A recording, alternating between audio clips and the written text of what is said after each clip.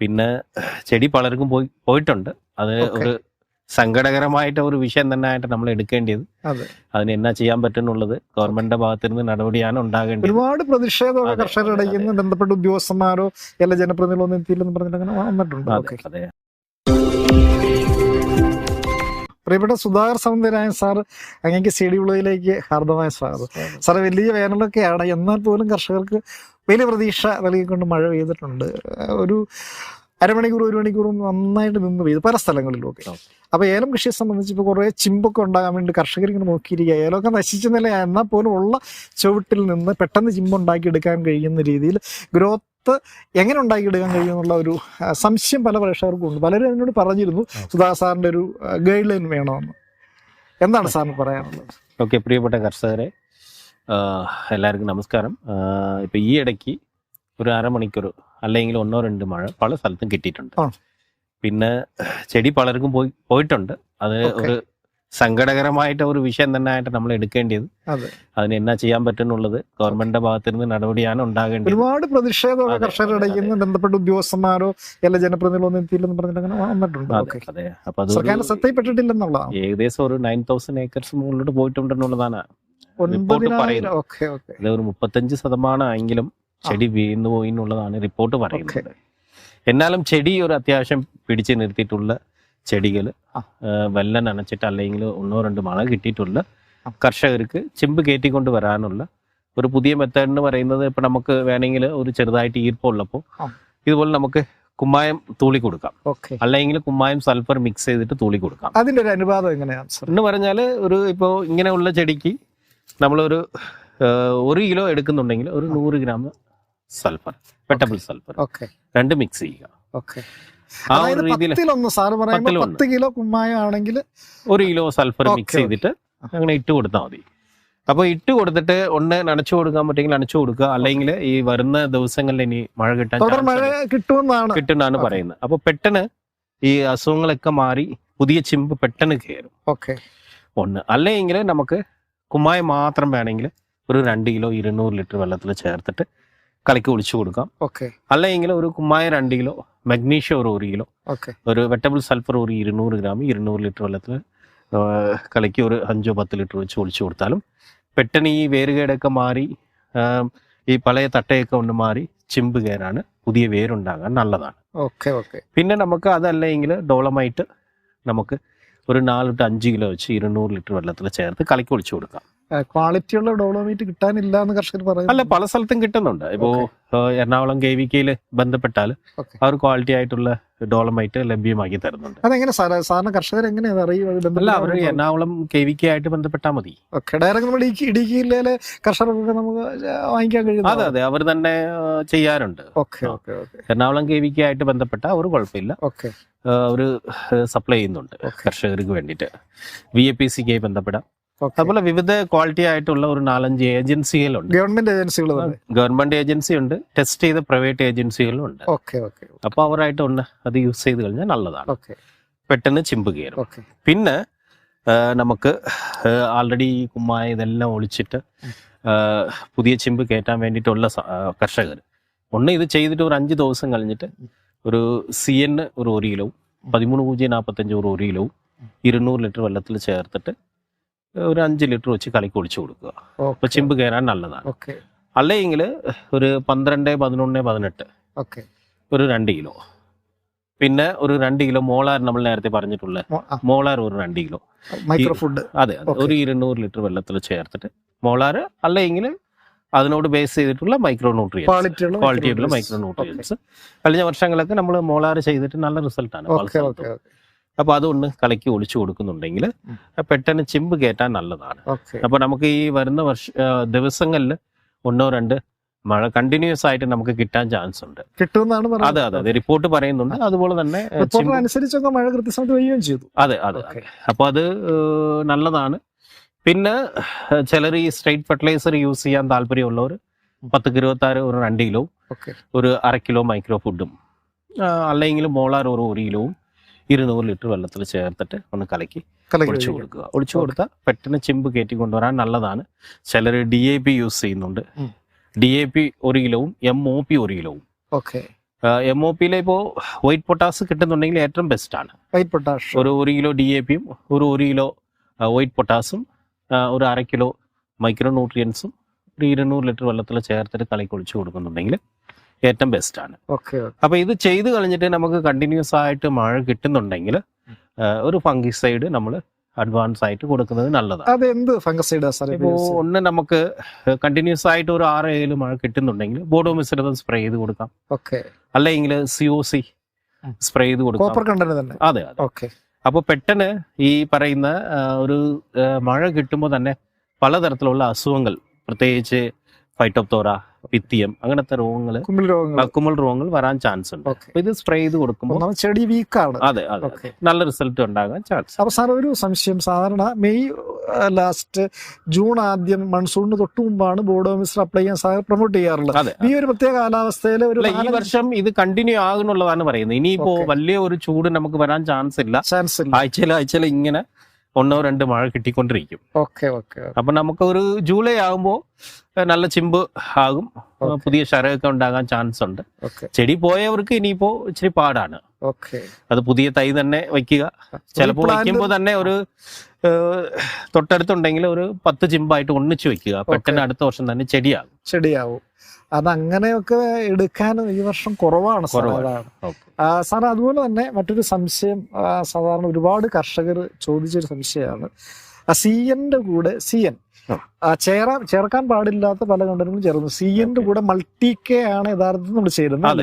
പലരും വേറെ പല കണ്ടന്റുകളും ചേർക്കുന്നുണ്ട്. അല്ല, നോർമലി ഇപ്പോ പലരും തെറ്റായിട്ട് ഒത്തിരി സംഭവങ്ങൾ ചെയ്യാറുണ്ട്.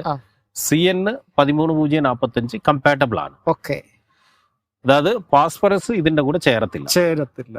അത് ആദ്യം മനസ്സിലാക്കുക. പിന്നെ പരമാവധി ഈ പറയുന്ന മൈക്രോ ന്യൂട്രിയൻസ് ചേർക്കാറുണ്ട്. അതെല്ലാം തെറ്റായിട്ടുള്ള റെക്കമെൻഡേഷൻ ആണ്. ഓൾ 19 യൂസ് ചെയ്യാൻ പാടില്ല. ഈവൻ ചിലർ SOP റെക്കമെൻഡേഷൻ ചെയ്യുന്നുണ്ട്. SOP-യും പാടില്ല. ബോറാണ് റെക്കമെൻഡേഷൻ ചെയ്യുന്നുണ്ട്. ബോറാണും പാടില്ല. കോമ്പിനേഷൻ ആയിട്ടുള്ള സംഭവങ്ങളുണ്ട്. അത് ചേർത്ത് കൊടുക്കുക. അത് നല്ലതാണ്. അപ്പൊ CN കൂടെ ഒരിക്കലും ഫോസ്ഫറസ് കണ്ടന്റ് ഉള്ള ഒരിക്കലും ചേരത്തില്ല. അതുപോലെ തന്നെ micro nutrients, for example zinc sulphite ഒരിക്കലും CN കൂടെ ചേരത്തില്ല. അപ്പോ മൈക്രോ ന്യൂട്രിയൻസ് ഇപ്പോ ചിലപ്പോൾ ചിലപ്പോൾ ബോറാന്ന് പറയുന്നുണ്ടെങ്കിൽ അത് ബോറാക്സ് ആയിട്ടുള്ളതുണ്ടെങ്കിൽ അത് നെഗറ്റീവ് റിസൾട്ട് കാണിക്കും. വാട്ടർ സോല്യൂബിൾ ആയിട്ട് ബോറാണ് ഉണ്ടെങ്കിൽ കുഴപ്പമില്ല. അതിനകത്ത് ഒത്തിരി ഈ മാർക്കറ്റിൽ കിട്ടുന്നത് തന്നെ ഏതാനുള്ളത് നമുക്ക് അറിഞ്ഞുകൂടാ. CN കൂടെ ബോറോൺ കണ്ടലുള്ള പലതിങ്ങനെ ചേരുവണ്ടെന്നാണ് മാർക്കറ്റിലുണ്ട്. അത് കോമ്പിനേഷൻ ആയിട്ടുള്ളത് അല്ലാതെ ചെയ്യരുത്. ഇപ്പൊ പല കമ്പനീസും ഉണ്ട്, യാര പോലുള്ള കമ്പനീസും അതുപോലെ മറ്റേ കമ്പനീസിലൊക്കെ ഉണ്ട് ബോറാൻ ചേർന്നിട്ടുള്ളത്. അത് ചെയ്യാം. അല്ലാതെ സെപ്പറേറ്റ് ഉള്ളത് ഒരിക്കലും ചെയ്യാൻ പാടില്ല. സെപ്പറേറ്റ് നമുക്ക് സ്പ്രേ ചെയ്ത് കൊടുത്താൽ മതി. ഇപ്പൊ നമ്മൾ ഈ സമയത്ത് മൈക്രോ ന്യൂട്രിയൻസ് കൊടുക്കാൻ മെയിനായിട്ട് പറയുന്നത് മെയിൻ റീസൺ എന്നു വെച്ചാൽ ഈ മൈക്രോ ന്യൂട്രിയൻസ് ഇപ്പൊ കൊടുത്തു കഴിയുമ്പോൾ ചിലപ്പോൾ നെമറ്റോഡ് ഒരു പരിധിവരെ കൺട്രോൾ ചെയ്യാൻ പറ്റും.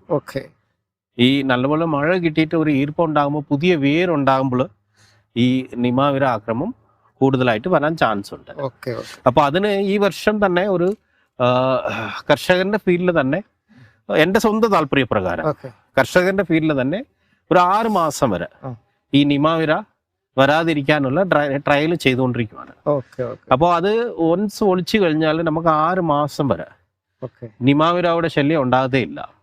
പിന്നെ അത് യൂസ് ചെയ്ത് കഴിഞ്ഞാൽ നമുക്ക് ബാക്കിയുള്ള വാമ്, സൂഡോമോണാസ്, അല്ലെങ്കിൽ ട്രൈക്കോഡെർമ പോലുള്ള, അല്ലെങ്കിൽ NPK ബാക്ടീരിയ പോലുള്ള മിത്ര കുമിളുകൾ യൂസ് ചെയ്താലും ഈ മിത്ര കുമിളുകളും മിത്ര ഫംഗസും ചെത്തുപോകത്തില്ല. എന്ന് പറഞ്ഞാൽ മിത്ര ബാക്ടീരിയവും ഫംഗസും ചെത്തുപോകത്തില്ല. അങ്ങനത്തെ ഒരു പുതിയ ഗവേഷണം ചെയ്തുകൊണ്ടിരിക്കുകയാണ്. നമ്മൾ പാറത്തോടിൽ ഒരെണ്ണം ചെയ്തിട്ടുണ്ട്, വണ്ടമേട്ടിൽ ഒരെണ്ണം ചെയ്തിട്ടുണ്ട്. അപ്പോൾ നമുക്കൊരു ജൂലൈ ആകുമ്പോൾ അത് കറക്റ്റ് റിസൾട്ട് ആകത്തുള്ളൂ. 1 വർഷം കഴിഞ്ഞു ഏകദേശം. 2 അപ്ലിക്കേഷൻ ചെയ്തപ്പോൾ ശകലം കാസ്റ്റ്ലിയാണ്. അതായത് ഒരു പ്രാവശ്യം നമ്മൾ അപ്ലൈ ചെയ്താൽ 6 മാസം വരെ പേടിക്കണ്ട. ഏകദേശം എനിക്ക് തോന്നുന്നു ഒരു 7,000 അടുത്ത് വരും ഒരു ഏക്കറിന് ഒരു പ്രാവശ്യം അപ്ലിക്കേഷൻ മുടക്ക്. പക്ഷെ അത് മറ്റതല്ല, പക്ഷെ ഇതൊരു ഇന്നോവേറ്റീവ് ആയിട്ടുള്ള പുതിയ ഒരു സംഭവമാണ്. അപ്പൊ അത് ഈ യൂസ് ചെയ്തവരെ ഫീൽഡിൽ നല്ല റിസൾട്ട് ഉണ്ടെന്ന് പറയുന്നുണ്ട്.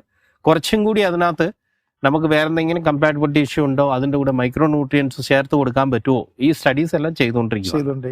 പൂർണ്ണമായി സക്സസ് ആയതിനു ശേഷം നമുക്ക് വീഡിയോ അതെ, ഒരു ജൂലൈ ആകുമ്പോൾ നമുക്ക് പറയാൻ സാധിക്കും. വീഡിയോ ചെയ്യാം. ആ തോട്ടത്തിൽ തന്നെ നമുക്ക് ഇത് പറയാൻ സാധിക്കും. ഓക്കെ. അപ്പൊ അങ്ങ് ചിന്നക്കനാലിൽ ഏതായാലും ഇന്നോവേറ്റീവ് ആയിട്ടുള്ള ടെക്നോളജിയാണ് അവിടെ പ്രയോഗിച്ചത്. അത് 100% സക്സസ് ആവണമെന്ന് കഴിഞ്ഞ വീഡിയോയിലുണ്ട് അതിന്റെ മാനേജർ ജെയ്സൺ അത് സാക്ഷ്യപ്പെടുത്തിയ കാര്യമാണ്.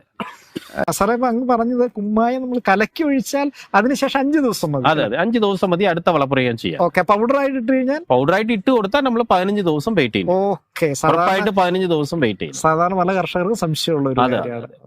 ഇട്ട് കൊടുത്താൽ 15 ദിവസം, കലക്കി ഒഴിച്ച് 5 ദിവസം അടുത്ത വളപ്രയോഗമോ അടുത്ത മരുന്നടിയോ അല്ല അടുത്ത ഫംഗിസൈഡോ നമുക്ക് ചെയ്യണമെങ്കിൽ ചെയ്യാനുള്ളത്.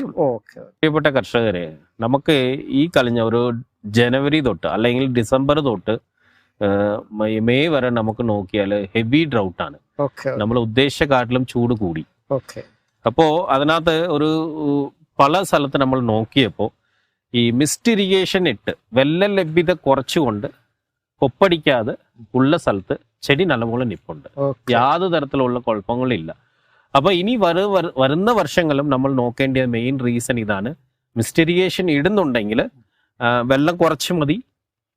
അതുപോലെ തന്നെ നമുക്ക് കൂടുതൽ വെള്ളം ഇല്ലെങ്കിലും ഈ ഉള്ള വെള്ളം വെച്ച് ഒരാഴ്ചയില്ല, സപ്പോസ് ഒരു 15 ലിറ്റർ വെള്ളം ഉണ്ടെങ്കിൽ ഈസി ആയിട്ട് നമുക്ക് ഒരു ചെടിക്ക് 15 എന്ന് പറയുമ്പോൾ ഒരു 15 ദിവസം കൂടുമ്പോൾ അല്ല 30 ദിവസം 2 സ്പ്രേ എന്ന് പറയുമ്പോൾ ഒരു ചെടിക്ക് 30 ലിറ്റർ വെള്ളം മതി ഒരു മാസം.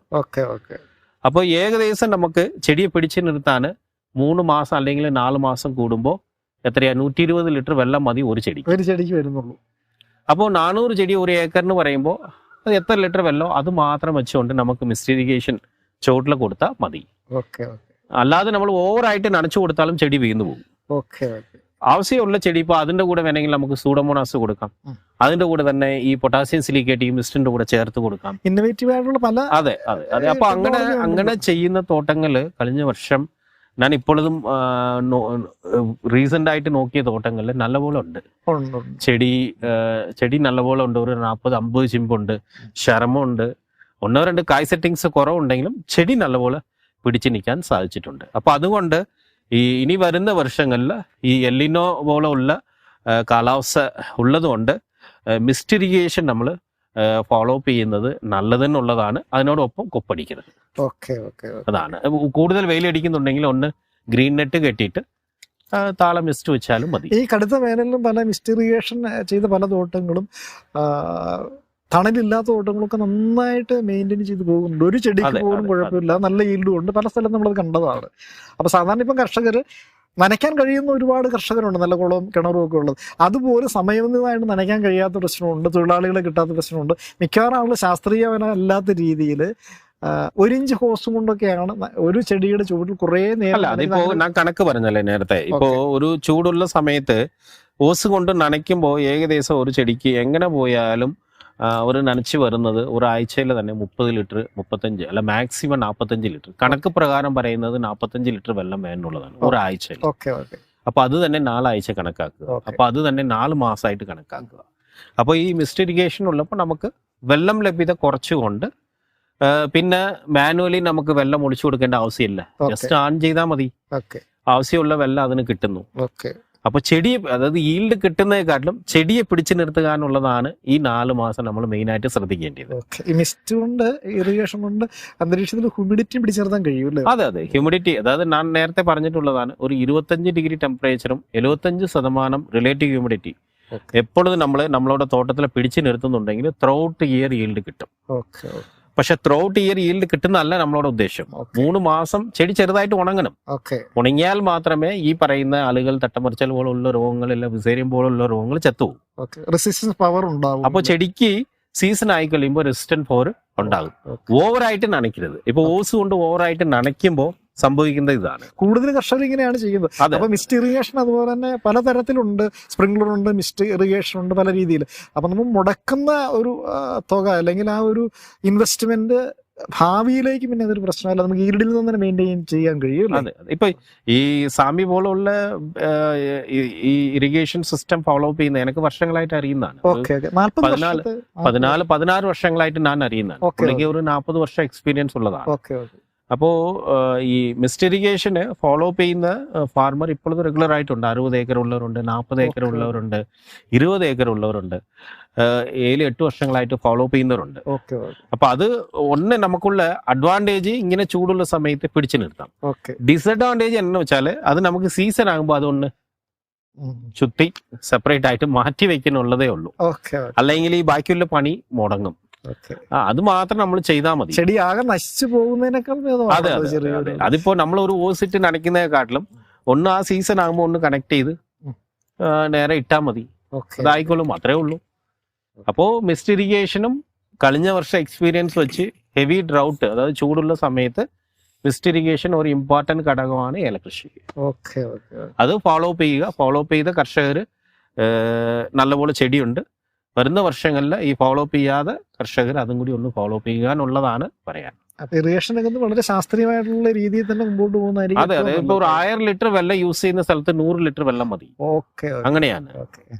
ഒരുപാട് നന്ദി ഡോക്ടർ സുധാകർ സുന്ദരായ സാർ. ഇത് ഏറ്റവും പ്രതികൂലമായ കാലാവസ്ഥയാണ്, കർഷകരുടെ പ്രതീക്ഷയും എല്ലാം തകർന്നു. എന്നാൽ പോലും ഉള്ള ചെടിയൊക്കെ പിടിച്ചു നിർത്തുക, അതിനെ ഗ്രോത്താക്കാൻ കഴിയുന്ന രീതിയിലുള്ള പ്രാക്ടിക്കലായിട്ടുള്ള കാര്യങ്ങളാണ് വളരെ ലളിതമായിട്ട് അങ്ങ് പറഞ്ഞു. CD വ്ലോഗിന്റെ പ്രേക്ഷകർക്ക് വേണ്ടി എനിക്ക് ഒരുപാട് നന്ദി.